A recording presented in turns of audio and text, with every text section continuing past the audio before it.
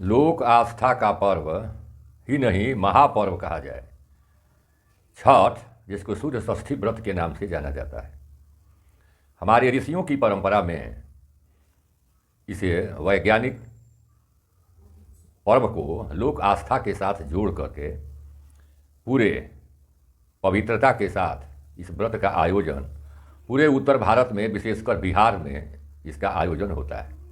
यह पूर्णतः अपने पारिवारिक संबंधों और सामाजिक संबंधों पर आधारित होता है। इसी में औपचारिकता का इसमें कोई विशेष महत्व नहीं होता। ये सभी लोग अपनी आस्था और विश्वास के अनुसार सूर्य नारायण से प्रेम अपना प्रदर्शित करते हैं। यह 36 घंटों के उपवास का त्यौहार होता है, जिसमें जल भी नहीं लोग पीते हैं। यह अपने आसपास मिलने वाले फल फूल और गेहूं के आटे और गुड़ से इसका प्रसाद निर्माण होता है। 3 दिन पहले से ही इसकी तैयारी शुरू हो जाती है। घाट की सफाई करते हैं और यह त्यौहार प्रायः जलाशय के नज़दीक ही होता है। जिसके यहाँ जलाशय की कमी होती है या बहुत दूर जाना पड़ता है, वे अपने छत पर भी पानी की टंकी बना करके, अब आजकल तो प्लास्टिक का जो निकल चुका है उसमें नाद टाइप का होता है, उसमें भी पानी रख करके, जल रख करके और सूर्य नारायण की उपासना जल में खड़ा होकर के करते हैं।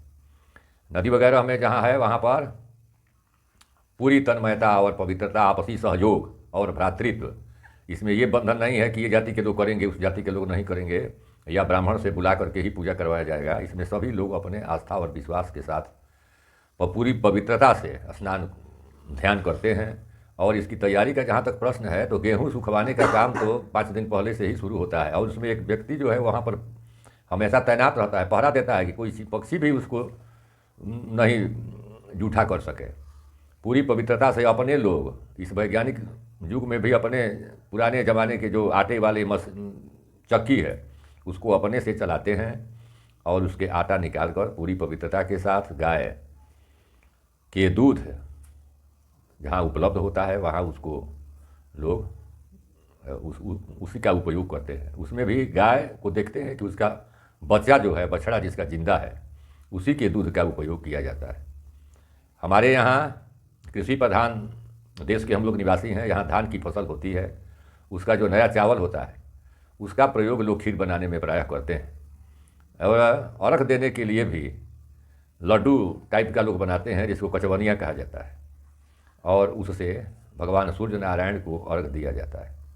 पहले व्रत में पवित्र बिना नमक का लोग पहले भोजन करेंगे, आसपास के लोगों को भी अपना प्रसाद देंगे। दूसरे दिन खरना होता है, जिसमें एक टाइम लोग व्रत करते हैं, एक समय, और शाम को खीर पूड़ी अथवा रोटी और एक दोहती टाइप का रोटी होता है, उसको लोग बना करके अपने पारण करते हैं और आसपास के लोगों को भी इसका वितरण करते हैं।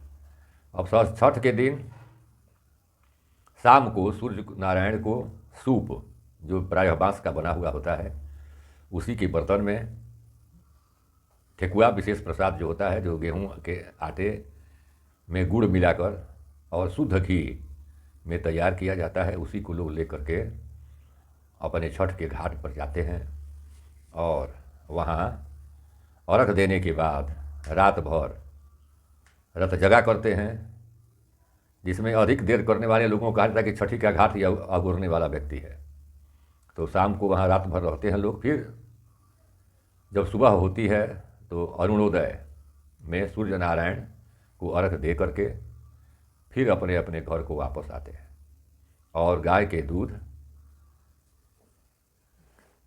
से, कच्चे दूध का ऐसे तो प्रावधान है, लेकिन कच्चा दूध जो नहीं पी सकते हैं वो गर्म दूध और जो ठेकुआ चढ़ाया हुआ है उसका पारण करके प्रसाद अपने पहले कर ले, तब इसके बाद व्रत जो है वह समाप्त माना जाता है।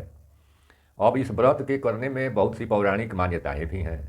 एक इसकी कहानी भी है। सुब्रत नाम के एक राजा हुआ करते थे। उनको पुत्र नहीं था। उनकी पत्नी मालिनी थी, जो संतान नहीं होने के कारण बहुत दुखी थी। कश्यप ऋषि के द्वारा उन्होंने पुत्रेष्ठि यज्ञ करवाया। पुत्र तो प्राप्त हुआ, लेकिन मरा हुआ पुत्र उत्पन्न हुआ। इससे वे दुखी होकर चाह रहे थे कि अपनी आत्महत्या कर लो। जैसे ही वे आत्महत्या करने के लिए गए तो एक देवी प्रकट हुई, जो षष्ठी देवी थी, और कही कि देखिए राजा, देखो पुत्र, तुम अपनी हत्या मत करो, मैं षष्ठी देवी हूँ, और पुत्र की तुमको इच्छा है तुम्हारी पूर्ण होगी। तुम पहले जाकर के ये व्रत करो और सूर्य नारायण को अर्घ दो, तब तुम्हें पुत्र की प्राप्ति होगी। कुछ दिन करने के बाद उनको पुत्र की प्राप्ति हुई। इसके बाद एक कथा यह भी है कि सूर्यपुत्र कर्ण द्वापरकालीन युग में बहुत बड़े सूर्य के भक्त थे, और ये घंटों सूर्य को अर्घ दान किया करते थे गंगा जल के द्वारा। तो हमारे यहाँ भी वही परंपरा है। गंगा यदि संभव है तो ठीक है, नहीं तो जलाशय में खड़ा होकर के ही भीगे हुए वस्त्र के साथ ही अर्घ देने की हमारे यहाँ परंपरा है। लोग इस तरह का अर्घ देते हैं। इसी तरह इसके देवता जो हैं वे सूर्य हैं, जो सर्वविदित है कि सूर्य के अभाव में सृष्टि की कल्पना ही नहीं की जा सकती, और सूर्य जो हैं वो पवित्रता के देव माने जाते हैं। प्रायः चर्म रोग जिसको होता है वे यदि सूर्य नारायण का व्रत करें, छठ के दिन तो करें तो बहुत अच्छी बात है, लेकिन रविवार का जो त्यौहार, रविवार का जो दिन होता है वह उन्हीं के सम्मान में हमारे यहाँ पहला मनाया दिन जो है वो मनाया जाता है। वो भी तेज और संतान की बुद्धिमत्ता के प्रतीक के रूप में है, जो सांसारिक लाभ प्रदान करते हैं और शारीरिक लाभ भी प्रदान करते हैं। इस प्रकार बहुत सी ऐसी मान्यताएं हैं, बहुत सी ऐसी कहानियां हैं।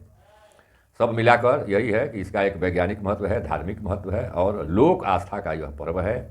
अपने ढंग से अपनी मातृभाषा में विभिन्न प्रकार के छठ के गीत गा गा करके, प्रायः महिलाएं, ऐसे व्रत तो पुरुष भी करते हैं, लेकिन ये गीत गाने का काम अधिकांशतः महिलाएं ही करती हैं, जो छठ के आने के 15 दिन पूर्व ही, दीपावली के बाद ही इसकी तैयारी शुरू हो जाती है और छठ के गीत गाए जाते हैं। इस प्रकार लोक आस्था का पर्व संपन्न होता है। बोलिए सूर्य नारायण भगवान की जय।